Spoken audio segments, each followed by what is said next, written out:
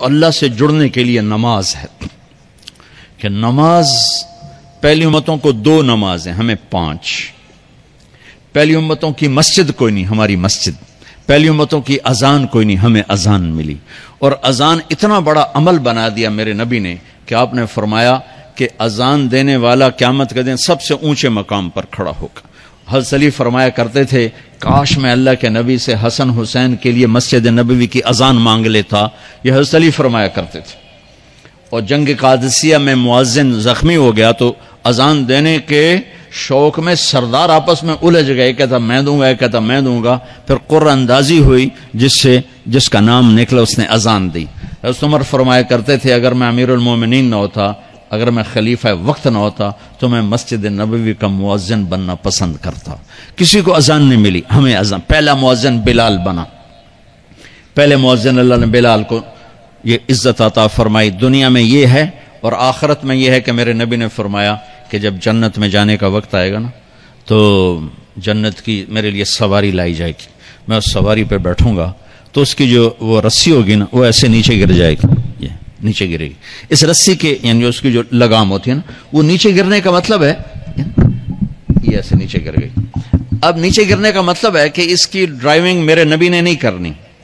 کوئی آنے والا ہے، کوئی ڈرائیور آنے والا ہے جو رسی پکڑ کے چلے گا، کوئی کوچبان آنے والا ہے جو اس کو پکڑ کے چلے گا. رسی کا گرنا ایک انڈیکیشن ہے کہ کوئی نصیب والا اب آئے گا. جب آپ کی سواری کھڑی ہوگی، رسی نیچے ہے، تو اب سب کی گردنیں ایسے ہوں گی، کون سب قیاس کر رہے کون. اللہ کی طرف سے اعلان ہوگا بلال کو بلایا جائے. بلال تو بلال آپ کی سواری کی لگام پکڑیں گے اور آپ نے فرمایا کہ سب سے پہلے میں جنت میں جاؤں گا اور بلال میرے ساتھ ہوگا، میری سواری کی لگام پکڑے ہو جائے گا. تو ہمیں اذان ملی، کسی امت کو اذان نہیں ملی. ہمیں 5 نمازیں ملی، کسی امت کو نمازیں نہیں. 2 نمازیں، ایک فجر کی 2 رکعت، عصر کی 2 رکعت. باجماعت نہیں، ان کو اپنی کتاب یاد نہیں، ہمیں قرآن یاد ہے. میرے مدرسے میں ایک بچہ اب ماشاءاللہ امریکہ میں وہ پڑھا رہا ہے، اس نے 30 دن میں قرآن یاد کیا. صبح یاد کرتا تھا، شام کو تراویح میں سناتا تھا. میرے مدرسے کا بچہ ہے، صبح بیٹھ کے مغرب تک پورا ہے سپارہ یاد کر کے اور عشاء کو تراویح میں سنا دیتا تھا. اللہ نے میں ایسا قرآن دے دیا کہ 1 مہینے میں بھی یاد ہو جاتا ہے. 3 دن میں بھی ایک بزرگ نے یاد کیا، 3 دن میں قرآن یاد کیا. اللہ نے ہمیں قرآن کی دولت عطا فرمائی. پڑھنے کے لیے 5 نمازیں عطا فرمائی، تہجد کی نماز عطا فرمائی، اوابین کی نماز دی، اشراق کی نماز دی، چاشت کی نماز دی. نماز کے کتنے دروازے کھول دیے. اور میرے نبی کی آخری نصیحت تھی میری امت نماز نہ چھوڑنا، نماز نہ چھوڑنا، نماز نہ چھوڑنا. اور اس 14 صدی میں کوئی موقع ہے نماز چھوڑنے کا تو وہ میرے نبی کے نواسے کی کربلا کا ہے کہ جب ظلم بھی انتہا پر تھا اور مظلوم بھی اپنی آخری حدوں پر تھا اور کائنات نے نہ ایسا ظلم دیکھا، نہ ایسے مظلوم دیکھے، نہ ایسی پاکیزہ ہستیاں دیکھی، نہ ایسے درندے دیکھے. تو سورج ڈھلا، نماز کا وقت ہوا ہے تو آپ نے سبحان اللہ، آپ نے زہیر سے فرمایا کہ شمر سے کہو نماز پڑھنے دے.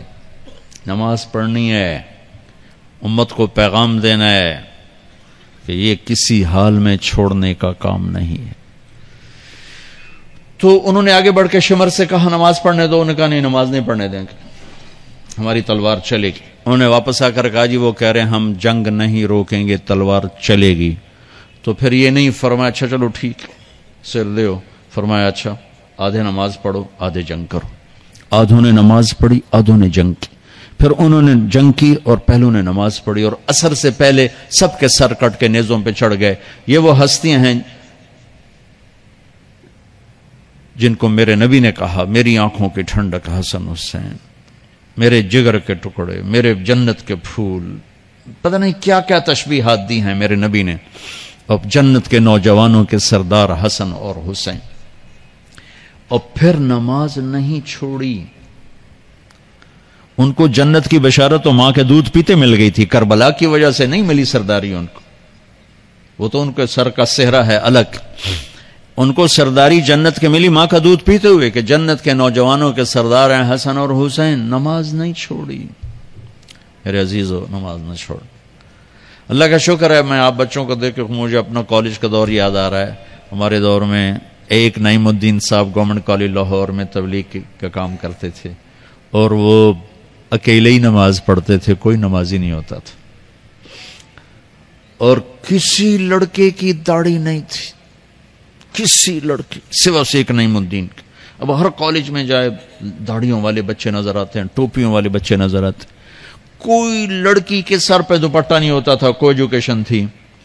اب لمز جیسی یونیورسٹی میں بھی لڑکیاں پورے برقعے میں ہوتی ہیں، حجاب میں ہوتی ہیں، نقاب میں ہوتی ہیں۔ جہاں برائی کا گراف اوپر گیا تو نیکی کا بھی اوپر گیا، جہاں برائی کا لیول اگر بڑھا ہے تو نیکی کا لیول بھی بڑا ہے۔ اتنا بڑا میری نسل کا مجمع اللہ کی بات سن رہا ہے، یہ اس دور میں کوئی تصور نہیں کر سکتا۔